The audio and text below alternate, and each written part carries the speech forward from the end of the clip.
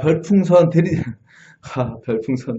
우리 별풍당당님, 별풍선 너무너무 많이 주셔서 감사합니다. 이 은혜를 제가 어찌 갚아야 할지. 알라뷰 해드릴까요? 이렇게. 당구대를 사드려야 될 것 같아요, 아무래도. 자, 그리고, 금주의 유용한 팁. 제가 지금 중소벤처기업부 사업 정리 계속 해드리고 있는데, 오늘은, 최종 평가에 대해서 이제 말씀드릴 겁니다. 최종 평가는 최종 점검, 사업비 정산, 최종 평가 어떻게 하는지 그거에 대해서 이제 쭉 훑어보도록 하겠습니다. 사실 먼 얘기인 것 같기도 하지만 우리가 과제가 선정이 되고 나면 이런 일련의 일들 다 알고 있어야 돼요. 알고 있어야 되고 하기 때문에 제가 이제 최종 평가까지 왔네요. 벌써 제가 이제 시작부터 평가까지 왔어요. 그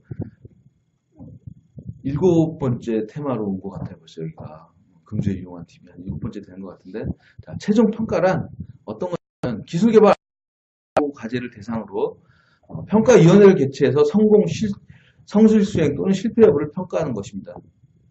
비주얼 내용이 출실한 비주얼과 내용이 충실한 출실한. 아이고 감사합니다. 사아트님 감사합니다.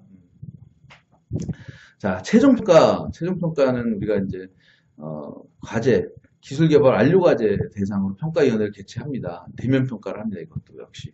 그래서 성공, 성실, 수행 또는 실패 여부를 평가하는 건데, 최종평가 선행사항들 중에서 최종 보고서 제출을 하는데 우리가, 먼저 이제 평가하기 전에 최종 보고서를 제출합니다. 주간기간, 또 협약 완료일 기준 2개월 이내. 그리고 최종 점검 실시, 관리기간 최종 보고서 제출 일 기준 2개월 이내에 이렇게 해서 최종 평가 선행을 진행합니다.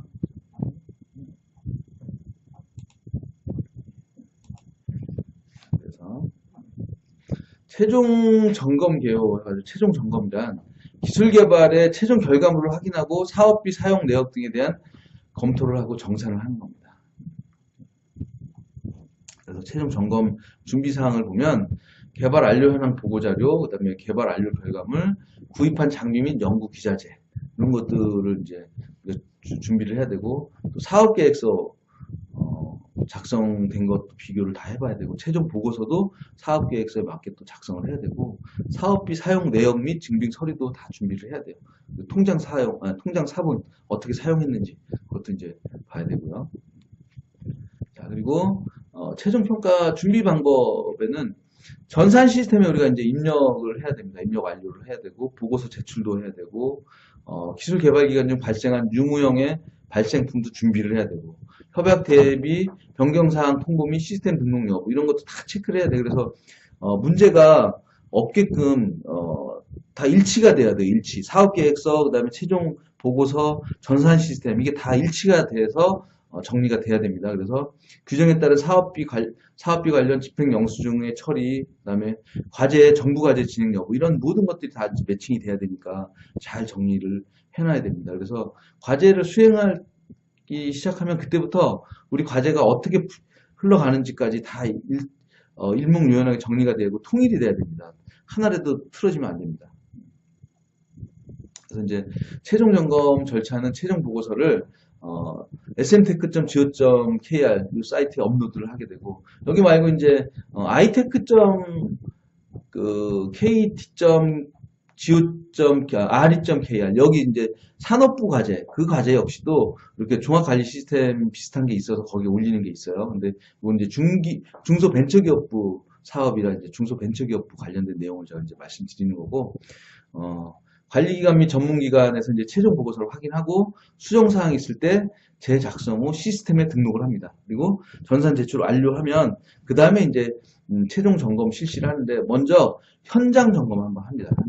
현장에 와서 현장 점검 한번 하고, 자, 그리고 이제 최종 점검 절차를 다시 한번 볼 때 이제 협약 종료일 3개월 이내에 우리가 이제 그 전체 내용 수정 및 보완 요청된 거를 제출을 해야 되는데, 미제출 과제일 때는 전문가에서 이제 독촉을 할 거고 이렇게 하는데, 3개월 이내에 만약에 제출을 못하면 중단 판정이 내려질 수 있으니까 3개월 이내에는 무조건 제출을 해야 합니다.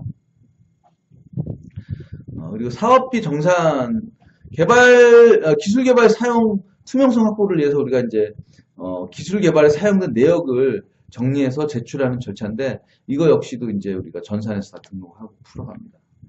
사업비 정산 절차는 종료 후 2개월 이내 사업비 실적 보고서, 공인회계사 감사 보고서 이런 것도 자료도 만들고 전산도 올리고 이렇게 합니다. 그리고 사업비 잔액이 있는 경우 사업비 잔액을 포인트로 이제 스탁은행으로 환원을 시킵니다. 그래서 정부 출연금 잔액은 개발 기간 동안의 현금을 기준으로 1,000원 미만은 절사하고 기술 개발 포인트제를 적용하는 경우 원 미만으로 절사합니다. 근데 가능하면 정책 자금 우리가 받은 거, 정부 출연금 받았으면 어떤 방법을 해서라든지 어떤 방법을 쓰더라도 가능하면 다 활용하는 게 제일 좋죠. 어차피 받은 자금인데, 그죠? 굳이 환원할 필요 없잖아요. 그러니까 잘 쓸 수 있으면 좋겠습니다. 그리고 정산 절차는 주관기관이 이제 관리기관 및 전문기관에 이제 제출을 하게 될 거고, 관리기관 및 전문기관에서 요구를 하면 거기에 이제 제출하게 되고, 재반 증명 서류와 장부를 협약기간 종료일 이후에 5년간 보관합니다. 5년간. 그리고 정산 결과에 이의가 있을 때는 일에 한해서 소명 자료를 제출합니다. 예를 들어서 노트북 샀고 이런 것들, 노트북을 그냥 노트북 뭐 이런 식으로 기재하면 이거 있잖아요. 정산 못 받습니다. 정책자금으로 지원 안 됩니다. 그래서 그런 부분 어떻게 풀어가야 될지 잘 정리해야 되고, 통보일로부터 10일 이내에 일에 한해서 이의사유서와 주관기관 대표자 명의의 공문으로 관리기관에 이의신청 가능합니다. 그리고 이의신청 완료 후에 이제 정산 결과 다시 등록하면 되고요. 통보 30일 이내 통보받은 정산금을 전문기관 명의 회수 관리 계좌에 입금을 해줍니다.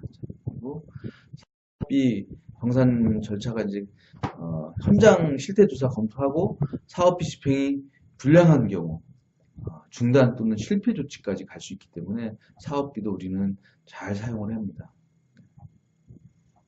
그리고 자동 회수금도 있고 민간 지금 반납 처리금도 있고 민간 추가 납부금도 있고 뭐 이런 것들이 있으니까 민간 부담금의 이자 발생은 사업비 사용 실적 보고서 접수일 기준으로 이제 이자도 발생해요. 이렇게 정책자금 통장에 들어와서. 그리고 과제 정산을 합니다. 그래서 통보일로부터 주관기관에 추가 납부금이 있는 경우는 통보일로부터 30일 이내에 전문기관의 명의의 해수금 관리계좌에 입금을 하면 되고요. 민간 부담금 처리가 있는 경우는 주관기관의 관리계좌로 입금을 해야 되고, 이런 내용들은 또 그 사이트에 들어가면 잘 정리가 돼 있어요. 그래서 하나씩 보실 필요가 있어요. 그리고 사업비 불인정 케이스 요거는 좀 한번 짚고 넘어가야 될 것 같아요. 과제 수행과 관련 없거나 증빙 서류가 미비한 경우, 집행력을 보고하지 않은 경우, 전문기관의 승인을 득해야 하는 사업비 변경 또는 사용 사항에 대해서 승인 절차를 거치지 않고 집행한 경우, 사업비 집행 내역 확인이 불가능한 경우, 협약기간 이전 또는 협약기간 종료 후 집행한 경우, 현물 부담액을 부당하게 계산하거나 집행한 경우, 연구비 카드 또는 계좌이체로 집행하지 않은 경우, 집행 증빙이 수기, 입금표인 경우, 사업비의 관리 및 사용 기준 지침 12에 따라서 집행되지 않은 경우, 그리고 기타 관리기관장의 사업비 용도 부적합하다고 인정되는 경우, 수행기간 중에서 인적 물적 구분이 곤란한 기업 간 또는 대표자 동일 기업 간의 사업비 현금 거래를 한 경우, 이게 이제 사업비 불인정 케이스니까 이런 부분들은 굉장히 주의해가지고 진행하셔야 합니다. 그래서 이제 최종 평가가 진행이 되는데 이제 사업비까지 다 해서 하게 될 텐데, 완료 과제에 대해서 기술평가위원회 개최를 통해서 개발 과제의 최종 성공 여부를 결정하게 됩니다. 그래서 최종 평가 통보가 되게 되고요. 최종 평가 결과가 확정이 되면 이제 연구노트, 최종 보고서, 증빙 서류, 현장 실태 조사 의견, 과제 책임자의 발표 또는 시연, 이렇게 해가지고 종합 평가를 해서 이 종합 평점이 평가위원 점수의 합계 최고 점수 플러스 최저 점수. 재미없어서 다 나갔나요? 들어온 사람이 별로 없어요 오늘. 평가위원 2명은 뺍니다. 최고 점수에서 최저 점수. 근데 이거는 어쨌든 알아놔야 되니까. 자, 빨리빨리 지나갈게요. 이거 뭐 시간도 얼마 하지도 않은 건데 뭐.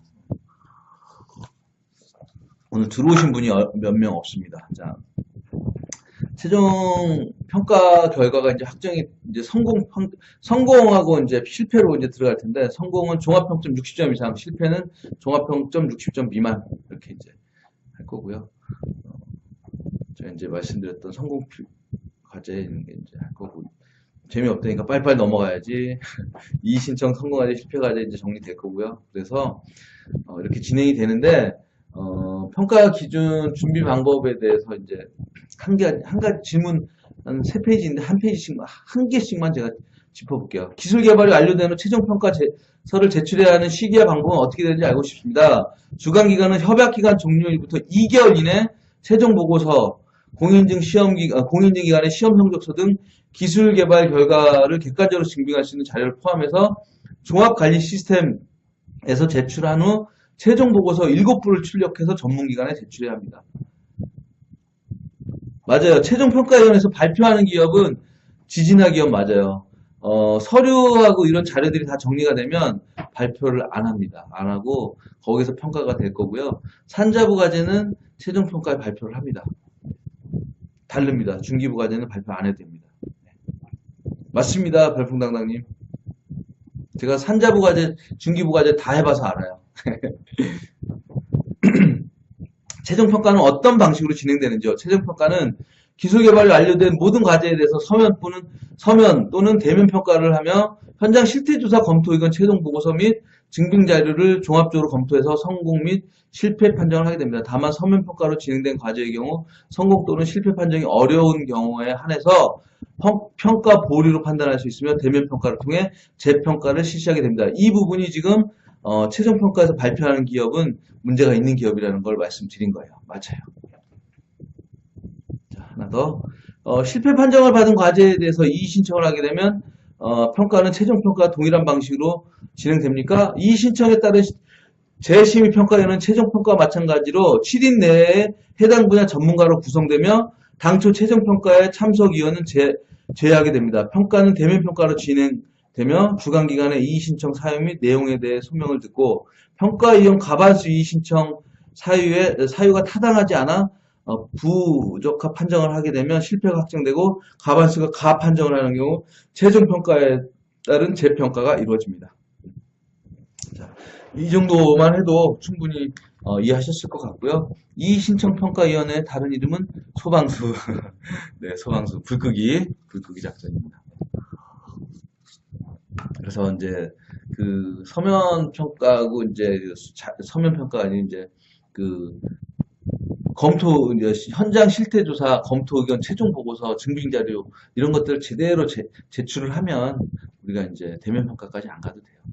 자, 그러면 재미없는 중소벤처기업 최종 평가 기준 방법, 최종 평가 준비 방법까지 이제 말씀드렸는데 어쨌든 재밌든 재미없든 저한테는 굉장히 중요한 공부가 되고 우리 위원님들 아니면 우리 팬님들도 공부가 될 거라고 생각하고 계속 갈 겁니다. 이 중소벤처기업부 사업 정리는. 자, 다음 테마로 넘어가도록 하겠습니다.